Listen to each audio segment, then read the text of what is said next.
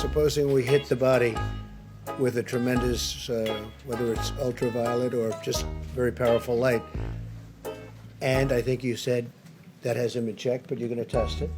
And then I said, supposing you brought the light inside the body, which you can do either through the skin or in some other way. And I think you said you're going to test that too. Sounds interesting.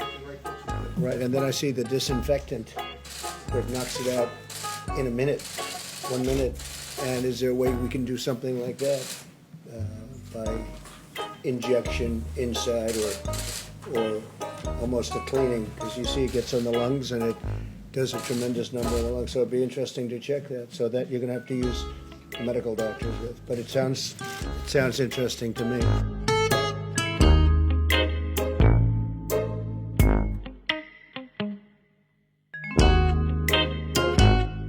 I may take it.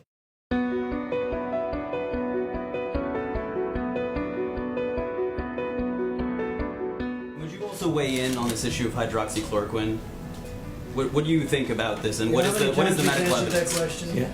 Maybe 15 times. You don't have to ask. He's your medical expert, correct? He's answered that question 15 times.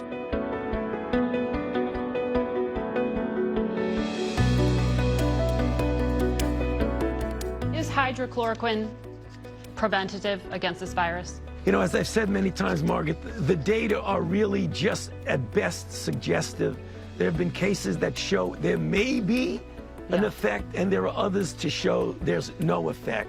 Okay. So I think in terms of science, I don't think we could definitively say it works. And what do you have to lose? Take it. I really think they should take it.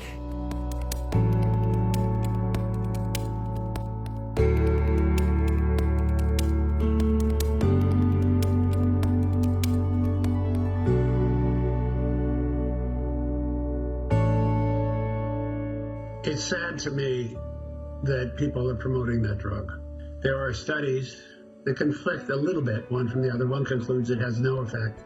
The other concludes it has a mild effect. The net result is, whatever effect it has, it will be very mild. That drug has been used for years against many other viruses to no effect. The thing that makes me sad about that story is some people may take it who are on other medications, who are other underlying conditions, and may have very serious, even life-threatening consequences. It is not something to take unless a doctor prescribes it.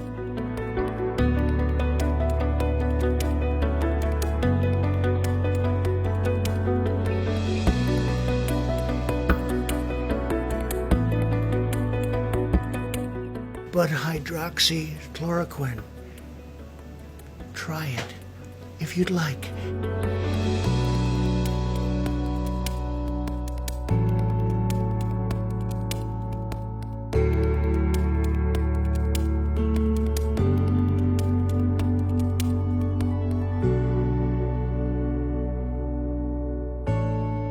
Doctors who are treating coronavirus patients, they have the medical expertise to determine whether or not they should prescribe hydroxychloroquine. And many of them do. And there are already clinical trials in place looking at hydroxychloroquine. Sure. So They should be finished in about a year. Why not just let the science speak for itself? Why are you promoting this drug? I'm not. I'm just saying, very simply, I'm not at all. I'm not. Look, you know what I'm trying to do? I'm trying to save you come lives. out here every day, right, sir, talking about the benefits of hydroxychloroquine. I want them to try it, and it may work and it may not work. But if it doesn't work, it's nothing lost by doing it. If the people walking in prior to getting it, if they take it, it has a profound effect. Well, maybe it doesn't, maybe it doesn't. I don't want to wait a year and a half to find out. And only CNN would ask that question. Fake news. Go ahead.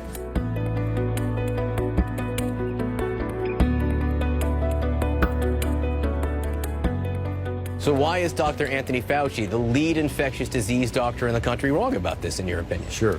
I let him speak for himself, John, but I would have two words for you: second opinion. What are your qualifications to weigh in on medicine more than Dr. Anthony Fauci? Why should we listen to you and not Dr. Fauci? doctors disagree about things all the time. My qualifications in terms of looking at the science is that I'm a social scientist. I have a PhD, and I understand how to read statistical studies, whether it's in medicine, the law, economics, or whatever. I'm And- sorry, hang on. that doesn't Now, qualify you to treat well, patients. you You can- know it doesn't now, qualify hang you to on, treat John. patients. Do you John. want an internist striking trade deals with Asian Touche. countries? The Annals of Internal Medicine, which is the journal for internal medicine doctors, which are taking care of hospitalized patients, they have a very strong opinion on this, which is that, as doctors, we learn primum non nocere, which means first do no harm.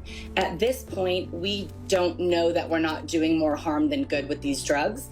So if somebody's dying, then that's one thing. But we have a president who's telling people that they should go get their doctor to prescribe these. And there are people that have lupus and have rheumatoid arthritis that are in acute crisis, having actually kidney problems and rebounding off of their medications because they're not available. There are some physicians and other healthcare workers who actually have been hoarding these, which I find to be despicable. We bought massive amounts of it, 29 million doses of it. We have it coming from all of the labs. We're actually now doing it here because in case it does work, we want to have it.